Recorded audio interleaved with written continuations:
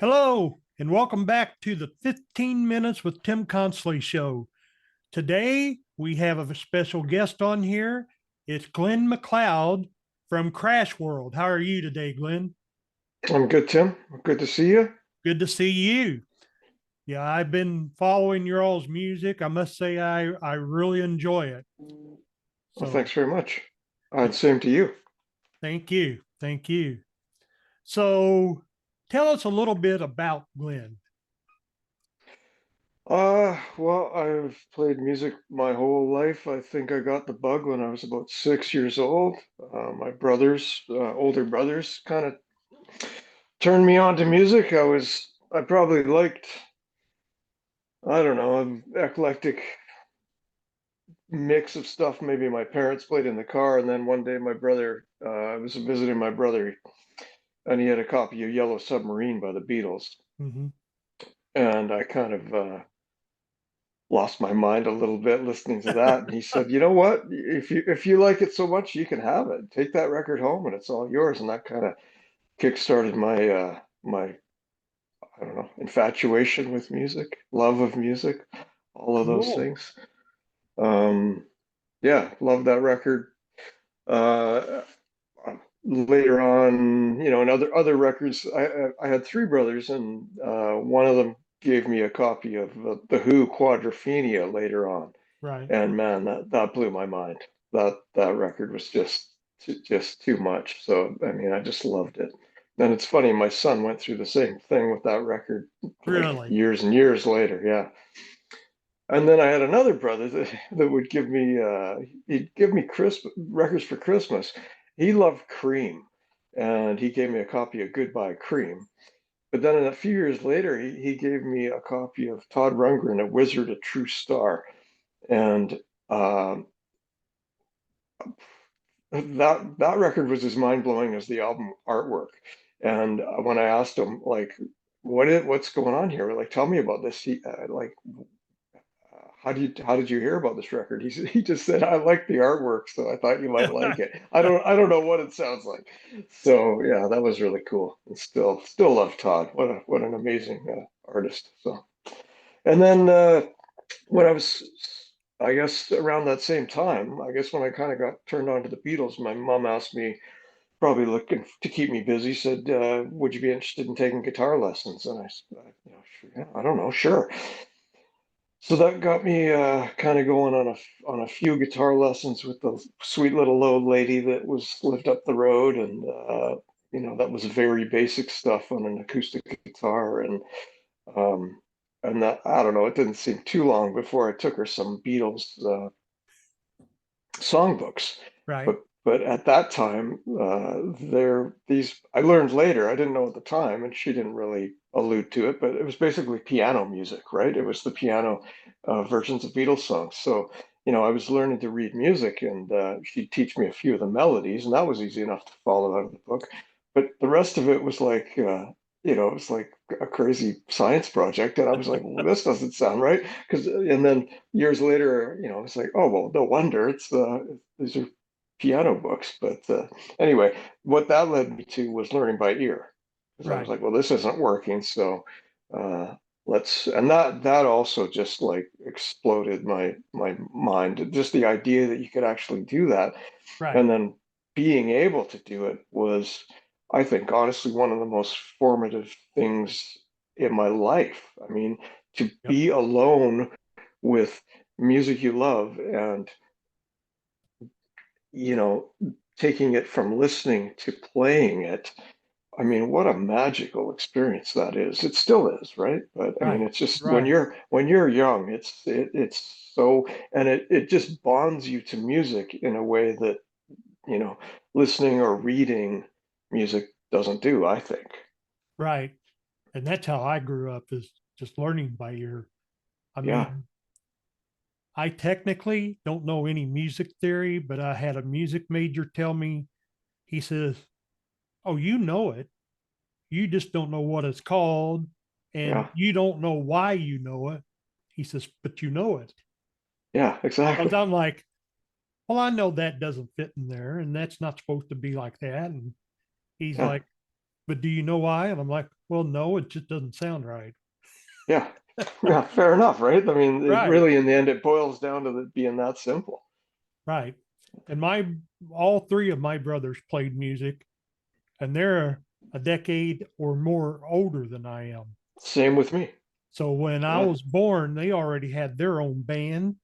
My mom played tons of instrument.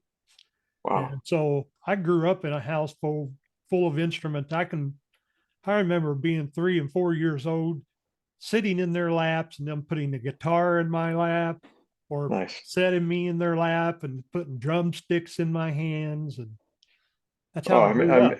I thought I'm everybody did that. envious. Yeah, I'm envious because although I have similar older brothers that were quite a bit older than me, um, nobody was actually had played music, and even my parents weren't particularly musical. So it was kind of I don't know. I think that was a little bit. I think if I had had a musical family, it would have been probably my path would have been slightly or somewhat different. So Right. yeah, that's cool. Yeah. I I finally the bug bit me at about age 7. And Yeah, I said, "Hey, I want to do this for real." yeah, So, well, that's cool. Actually, yeah. and just talking about yourself, you've answered my first 3 questions. Ah, Tell me a little about yourself, what got you involved in music and when, and does anybody in the family play music? So oh, you've there already you answered all of them. Those were go. my first 3. Okay. Who are your influences? Oh boy. Um, well, like I said, I started out with sort of the classic bands. I really liked rock music. I loved blues music. You know, after the classic bands of the 70s, I was thinking a little bit about that Mhm. leading up to knowing we'd be chatting. Um, bands I loved from the 70s were like guitar bands because I really got the guitar bug in a big way. So Right. I loved records like, Aerosmith Rocks was a huge record for me. I loved that record. Foghat Live was great. Johnny Winter, Second Winter, I'm Oh, really yeah. that I remember that was a big influence on me for a time. The first track's called Memory Pain. It's a version of Memory Pain. And man, I just absolutely fell in love with that and did my very best to figure that out at a very young age. And, I've often thought, boy, I'd like to have a recording of me playing that now to hear it now because I bet it was, I might have been close, but I probably had so much of the bends and the like where his voicings and where he was on the neck, probably had it all wrong. But it didn't matter because it was just such Johnny Winter. I mean, what a fiery guitar player, what a Oh, passionate yes. player. Yes. And I think that really turns me on still. And I love those kind of artists. And another guy that as a guitar player, that really I always loved, and he's got to be one of the most passionate players that ever played rock music and blues for that matter is Gary Moore. Yeah. Oh, yeah. What a you could just feel. I often think he died young because he poured so much of his heart and soul into his music. He just ran out of road. It Right. just did. So yeah, I loved players like that. And and then later on, I got kind of swept up in probably Gary Moore might have opened the door to this, but got swept up in the kind of the more shreddy, technical end of guitar playing, and liked. I really always and still do love Jeff Beck, but I got kind of swept away in the Steve Vai, Satriani stuff too, which Yeah. I certainly think was a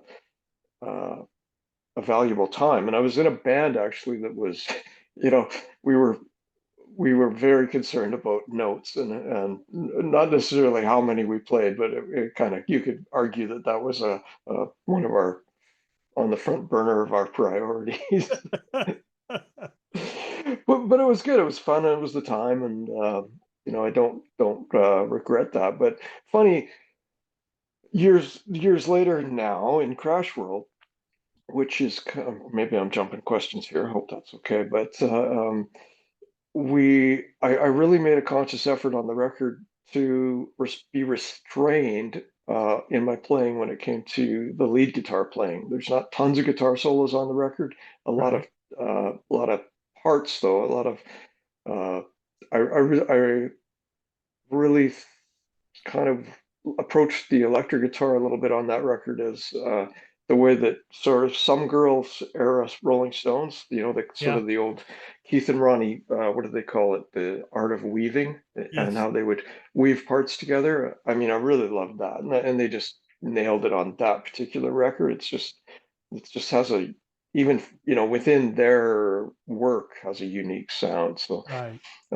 So yeah, I mean, I guess what I'm saying is the shreddy part of me never left, but it needs to you got to put the leash on that in certain situations, and that's good to do too, because restraint is uh, a really valuable tool. And funny, I was listening to your track, one of your songs actually Uh-huh. the other day, and I have to commend you on how like I just loved your tone and I loved the soloing was just so in the pocket and just right for the song.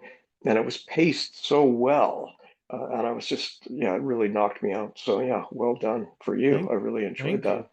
Thank you. I appreciate the compliment. Yeah. Um, so speaking of Crash World, who all's in that with you? You want to mention your bandmates? Yeah, well, it's my partner in that project is Graham McDonald, Mm-hmm. and that came about after we were in a band called War Junk for quite a few years, made three records and an EP, and um, did lots of stuff. And this is another thing about me that I think has sort of sustained my passion in a way is although I'm a guitar player first, I Right. would say, um, I've also tried to, in certain situations, to kind of reinvent what I'm doing in a project and do experimental things. So Warjunk was a band that was started with another guitar player, which I hadn't played with another guitar player previously in a band. Right. And we kind of approached it in a sort of a deconstructionist way. We sort of tried to be an anti-guitar band. So we really approached the guitars as textural tools and soundscapes and it kind of was and initially it was sort of an industrial band. People said it was a little bit like Pink Floyd meets Nine Inch Nails. So that was really kind of yeah, it was which is a pretty broad Yeah, spectrum. that So is. um so that was a lot of fun and it was very experimental and those are fun projects to do too. But mm, a little bit of a maybe a precursor to what's led me to Crash World in a sense. Right. That band also sort of, if we were way out on a limb of um, creativity and experimentation, it kind of came back, it sort of devolved back into a little bit more of a traditional way of approaching things and kind of became more of a guitar based, two guitars, bass and drums and vocals band. Right. So the later stuff was less experimental, but that was a project where when we did our second record, I really started to write a lot and it, was able to well found myself writing a lot of songs in a short period of time. Right. Some people, they might work away on a few songs diligently. It's like the floodgates open sometimes. And it's funny, last night, a little bit of a side note, I got caught up in this YouTube interview with Dr. Susan Rogers, who was the engineer on the Prince records Mm-hmm. from Purple Rain to Sign of the Times. And boy, it's well worth watching.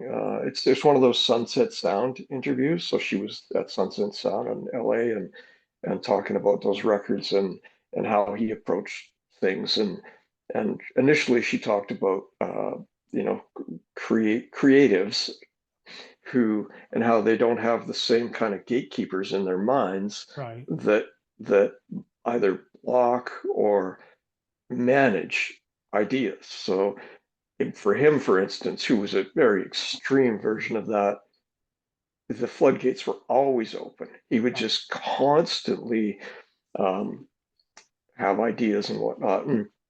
And although I'm not, I wouldn't put myself in quite in that category. I mean, who would? Uh, Right. but I feel like I was able to go, wow, that's exactly how it feels sometimes for me. Like um, before the record came out, for instance, I had a 30-day period of just writing, writing, writing. I was writing a couple of songs a day sometimes. And Right. and it's great, but it actually becomes kind of exhausting. So you almost have to turn the tap off a little bit. It's hard to sustain that. So but amazing when it happens. And I don't know. Oh yeah. Everybody approaches writing in a different way, but so anyway, I love writing, and it was the second War Junk record where I was just like, okay, I just can't write enough. I wanted to bring the sort of try to kickstart that Lennon and McCartney kind of competition that they had Hmm. that how in the certainly in the early part of their career when they were recording, one guy would bring in a future classic and go, oh yeah, oh okay, well I'll see what I Yeah. could do. I thought I'll try to top you tomorrow, kind of thing. And with that level of competition and that kind of talent, Right. yeah, say no more. They're the way that everyone feels about them is well deserved, obviously. Right.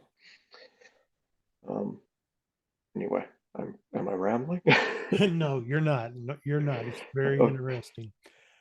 I know that I I write a lot. I put out a new album every other month, wow. Yeah, there you and I've go. done that for the last year. Wow. Oh, I had no idea that you were that.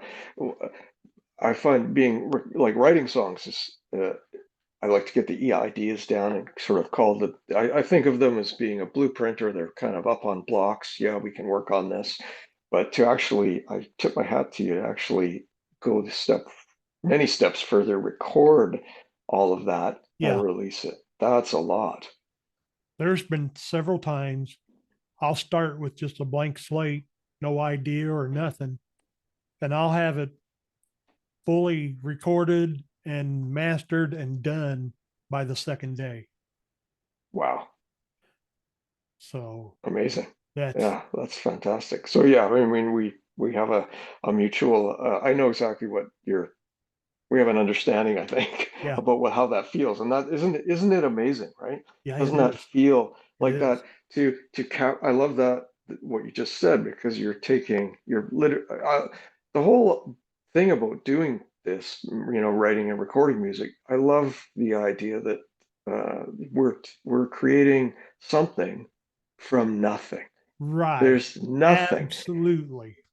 You're creating something where nothing existed. I mean, even if you're a painter, you've got a canvas that you're working on. So you're starting with something, but with music, you're starting with nothing. Nothing. Right.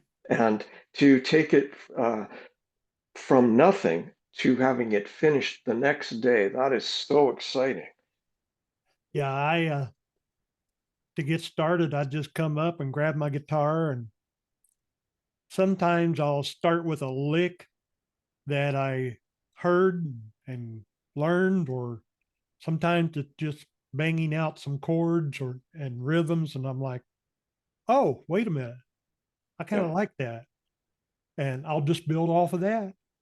yeah, I'll start working it out, and I'm like, okay, I know what kind of drums I want on it, and that's the first thing I do is go record drums for the whole yeah. song, and then go into Oh, that's rhythm cool. guitar, then go into bass guitar. I go into anything else I use, whether it be piano or organ or whatever, and I'll grab my lead guitar and play all the lead parts. And then I'm like, okay, now I'm listening to this. What's this song all about? Because Right. Yeah, up to that point, I still have no clue. yeah, But I listen to the music and it's like, what's it telling me? Yeah, exactly. What's it? What is the story here? You're listening. Yeah, oh, I love Yeah. that. Yeah. That's, Would you that's the say you way I always write. do you record the lead guitar in that part of the process? Do you always record the lead guitar last? Out of the instruments. Yeah. Vocals Yeah, will be dead last.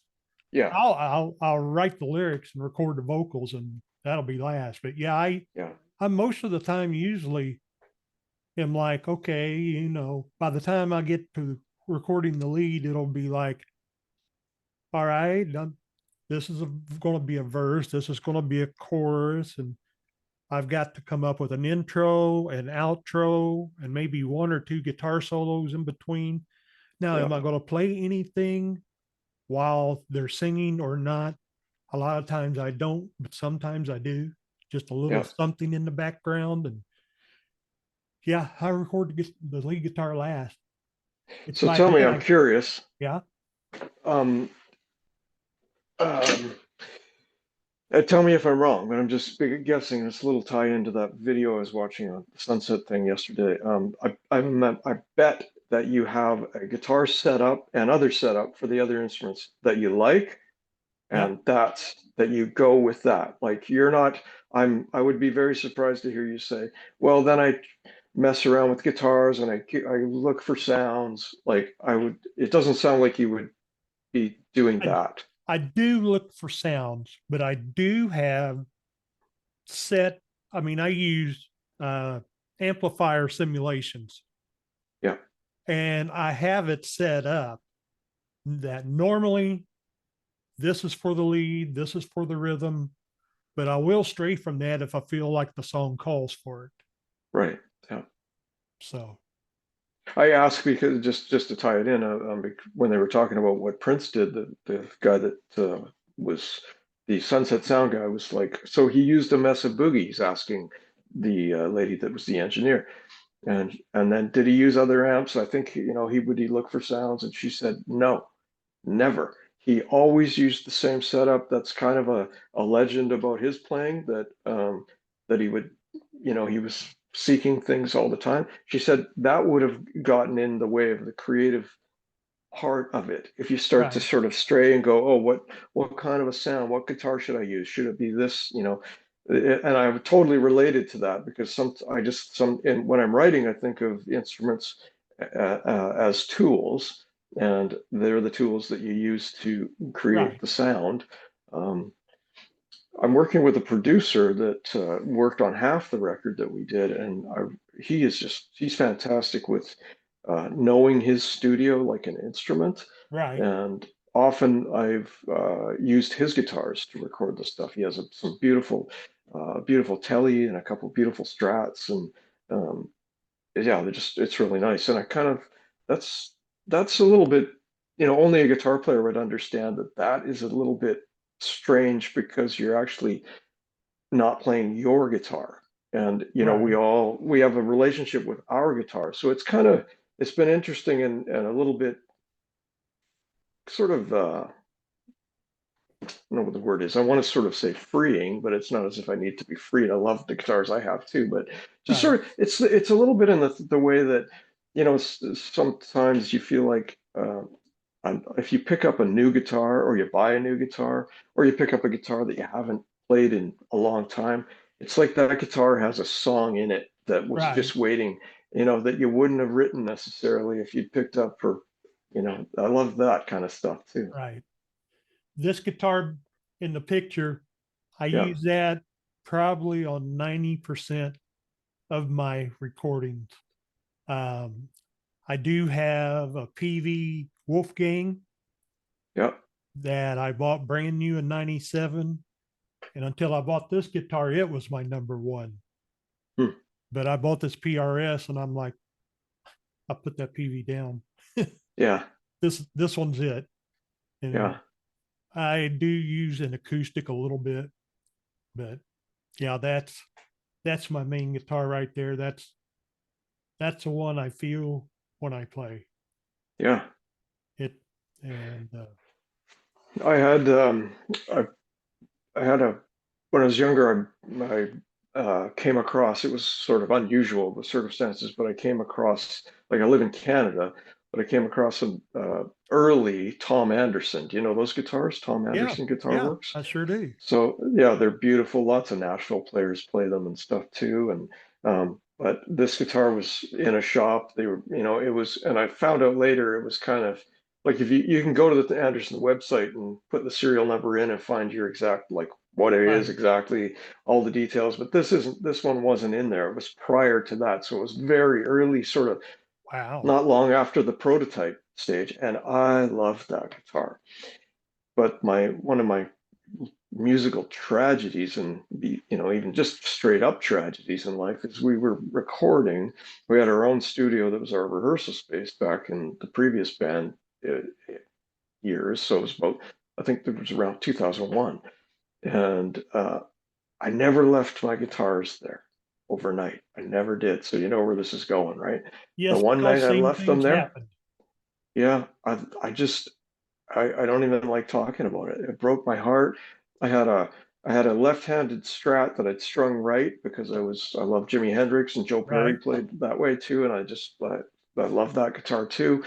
And I had my number one was there, my blue Tom Anderson Strat, and I just bought a new Dan Electro too, and they all got stolen. I mean, it just even now I have this feeling of disbelief. Like, did that really happen? And so I was able to, through insurance, replace the Anderson with another Anderson.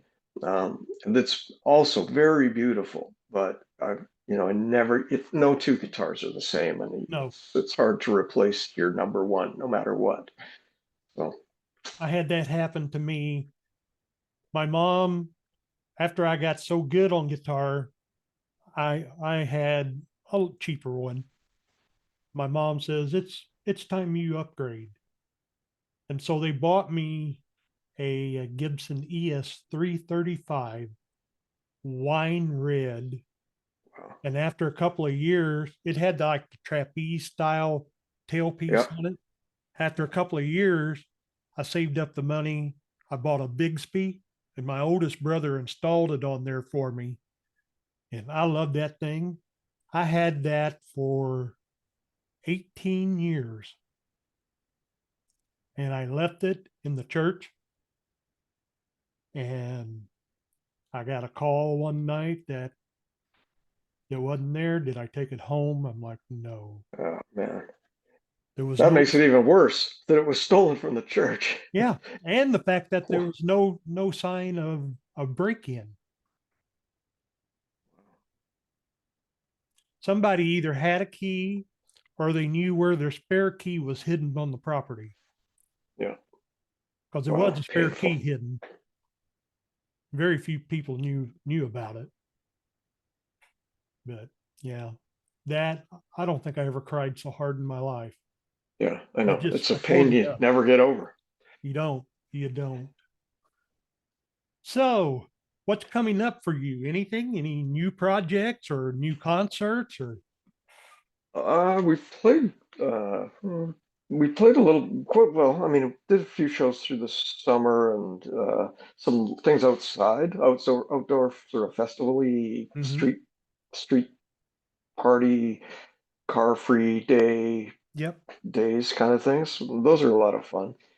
Um, and we started recording a new single um, that I.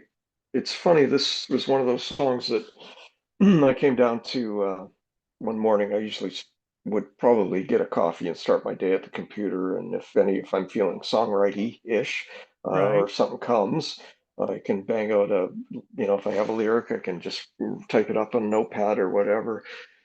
And but my wife was at the computer. She was doing something, and she just, I said, no, no, it's fine. Just you do what you got to do. So I went and sat somewhere else, and I tell you, instantly this song just absolutely just landed in my lap, and Right. it was one of those songs that I just felt like it was just fully formed. So I quickly grabbed my guitar and grabbed my phone to record it, and recorded the what I had, Right. and once I got to the, was able to type it out. It came really fast, and I was like, wow. And I thought it was funny because I thought, if I'd sat in my usual spot, that song probably would have gone through the house where I'd been sitting, and I said, probably Right. would have gone to my neighbor or something, and he would have gone, oh, what's that? I can't, what can I do with that? That's a Yeah. weird feeling. But it was so good. So I just, or I felt like it had such potential to kind of connect with people. So, um, yeah, not long after we booked some sessions and did that, and that has a drummer that one of the drummers that played on the record that I really liked. And when I first worked with him, I thought, boy, I'd like to have my son play with him. My son's a bass player, so I thought, man, that'd be great to see those two sort of lock in and put some beds down. And so that's what we did. We went in and we have this song now kind of up on ready to go. We've done everything. We just need to add some Bee Gees, and we're, maybe one other instrument. Uh-huh. I'm talking to a guy that did the video for us, the Lucky One video that we have up on our site. That was, I think, single number 4 from the record. But Wow. and that guy, I met him through just by chance. We were actually talking about NFL football, and kind of Right. we would just connect and talk about football. And one day I said to him, "Hey, I've been meaning to do this. Give you a card. I play music. I don't even know if you're a music guy." And right away he said, and then no one ever says this. He says, "What do you do for music videos?" I was like, "Oh, well." Uh, the first one we did for this project, I shot on my phone. Uh, so he's like, because I make music videos. So I was like, Right. wow, are you kidding me? So anyway, we shared work, and I said, here's the track we're thinking of. Let me know what you think. And he really liked it. And yeah, anyway, we were able to carry on and make that video, which was great for me because I always had that song in my mind as it had been a song that we just playing it live acoustically. It Right. always was a crowd pleaser, like right from the get-go. So Cool. I always had a really strong feeling about that. You can't Good. argue with that kind of reaction to anything. So it was great. So yeah, we're planning the new video for this song, and just trying to work up a way to pay for it. Cool. That sounds Yeah, great. yeah. Uh, Listen, it's been great talking to you. I've You too, Tim. really enjoyed this. I think Me everybody too. else is going to enjoy this also. Yeah, it's been a So, pleasure. Thank you so much. thank you for coming on. Yeah. So I'm going to get ready to sign off, and Okay. you can tell everybody bye.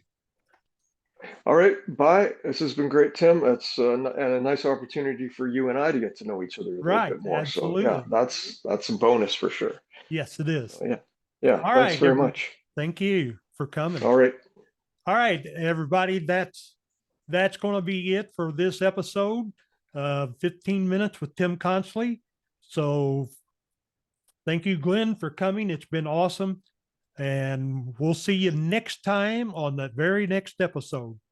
Goodbye for now. bye.